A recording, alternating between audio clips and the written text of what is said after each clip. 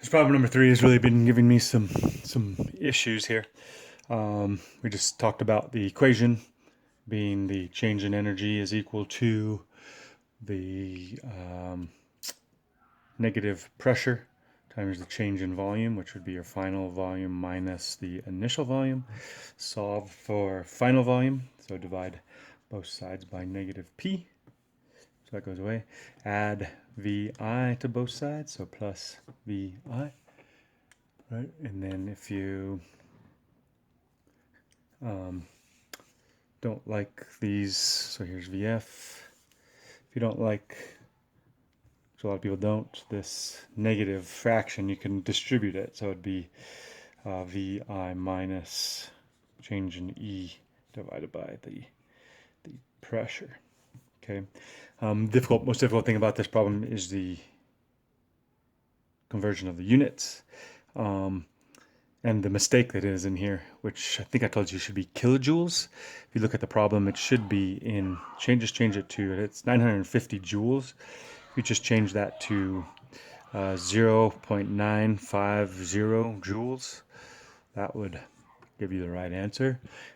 So if you think about this as just doing this part first, and then we can subtract it from VI, which was 40 centimeters cubed, if you remember.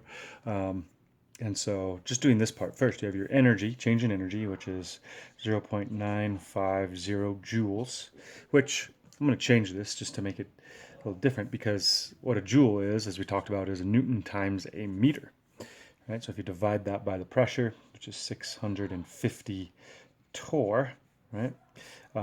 We can get this into different newtons into torr if we can use this into pascals, because remember in Pascal, a pascal is equal to a newton per square meter, so it's that force on that area.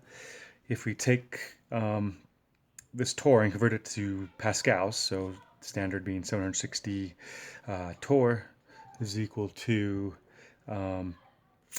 101,325 pascals, right? Which a pascal, if we put here, is change this straight up to a Newton per meter squared. Sorry, I just love this converting unit stuff. What you notice is we have a cancellation of the newtons, cancellation of the torrs, and we have a meter times a meter, which I'm going to add this meter here, so that's going to be meter cubed, right? So we have volume, which is what we have to subtract this from. So now all we have to do is convert this meters cubed, 1 meter into centimeters cubed, because that's in centimeters cubed, which would be, there are 100 centimeters in 1 meter. So if we can cube this all, so we have to cube this, which is just a meter cubed, so that it cancels. Cube this, that'd be 100 cubed. And so what we get is we have our trusty calculator that'll give us the unit of cubic meters. There's another way you could do this. It's in your book, with a different conversion. I just love units. So 0.95 divided by 650 times 760 divided by 101,325 times 100 times 100 times 100, because it's cubed there, gives you your answer of 10.96 centimeters cubed, which if you round that to 2 significant digits, thing in the problem might have been 3. If you round it to 3, still 11.0 centimeters cubed. So you have your 40 centimeters cubed minus 11 centimeters cubed.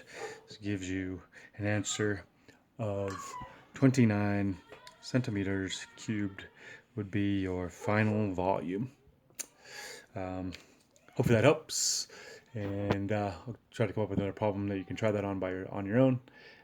But thanks for playing chemistry.